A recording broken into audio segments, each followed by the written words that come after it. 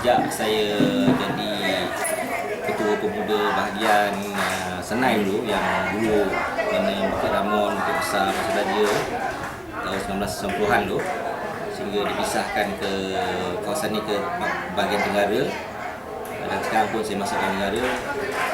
Memang kita kenal betul lah Mazhar Iman daripada muda dia. Di peringkat Bukit Ramon, saya lihat beliau banyak keluar lah daripada menetap di Kedah tu sendiri, kerana anak-anak dia memang bersekolah di sekolah kebangsaan. Kita jumpa lah apa yang dia buat banyakkan di luar. Dekat dalam ni kekuatan pihak Barisan Nasional UMNO terutamanya lebih kekuatan mereka lah. Dan bancian dibuat menunjukkan bahawa populariti dia tidak setinggi mana yang kita sangka lah. Seperti yang digambarkan di peringkat media di dalam negara. Dan agresifnya mereka menyebarkan kesalahan-kesalahan dan daya anak ke dalam kawasan ni dengan melalui ceramah mereka lah.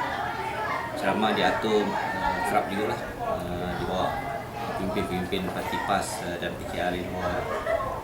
Yang terbaru ialah minggu lepas mereka baru buat ceramah panggil Abang Salihuddin di Kedah Sungai Sayong, tapi tak dapat buat kerana orang Sayong tak kasih.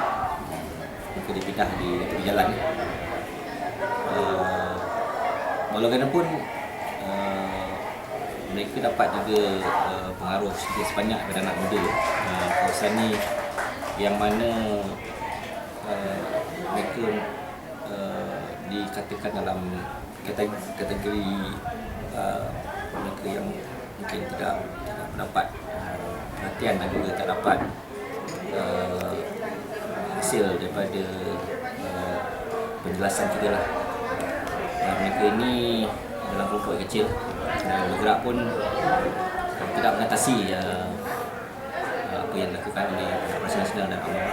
Sebagai wakil rakyat Pasir Raja, saya dapat mengenali setiap individu dan juga setiap rumah dalam kawasan ini, kerana saya telah berada di sini sejak tahun 1990-an dulu sebagai seorang doktor perubatan merawat ibu bapa mereka dulu, sehinggalah saya di ahli parlimen menjadi ADUN di Pasir Raja.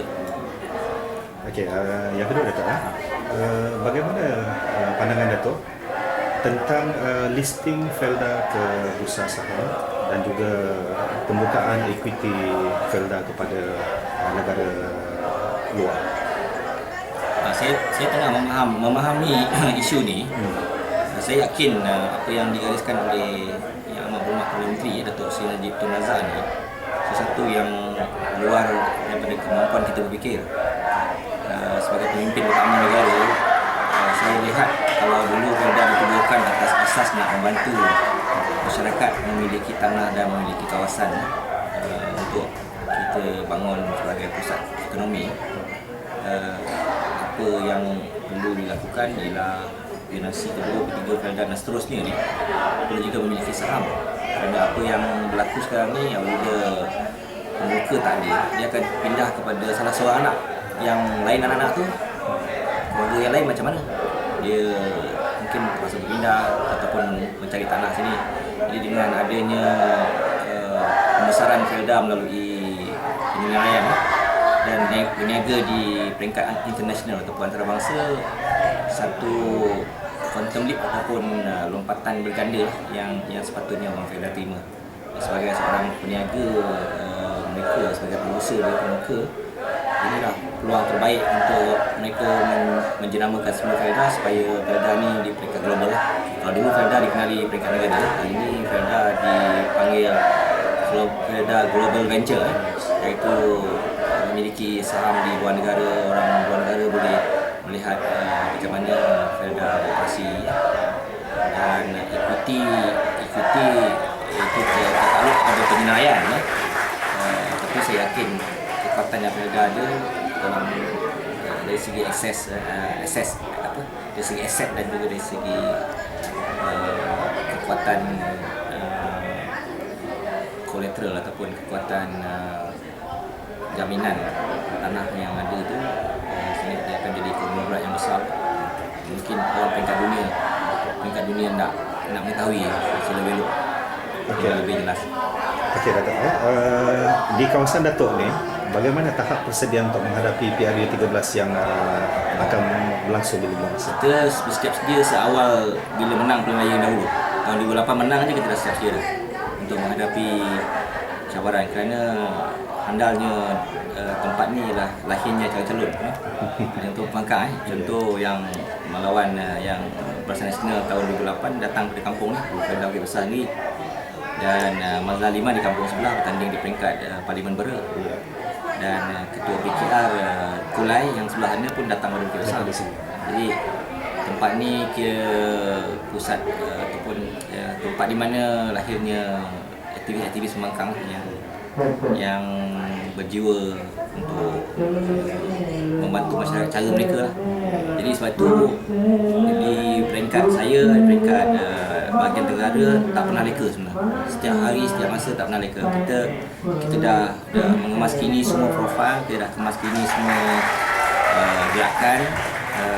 Pelantikan dah buat lama, dan bila gerakan bermula kita cuma memudahkan dengan aktiviti dan juga mendapatkan input bagaimana kemenangan lebih besar akan kita perolehi, kemenangan berganda, kerana kita akan merasa bertuah apabila dapat menang besar di tempat mereka yang lahirnya pemimpin pembangkang. Okey, satu lagi last question. Sebagai pemimpin yang dilahirkan daripada kilang pemuda, apa pandangan Datuk terhadap kualiti yang ada pada pemuda pada hari ini, dan apa harapan Datuk kepada mereka? Soalan yang sangat susah nak jawab, tapi untuk Tun Faizal bolehlah jawab. Nanti kami edit. Kami dididik untuk mewarisi kepimpinan.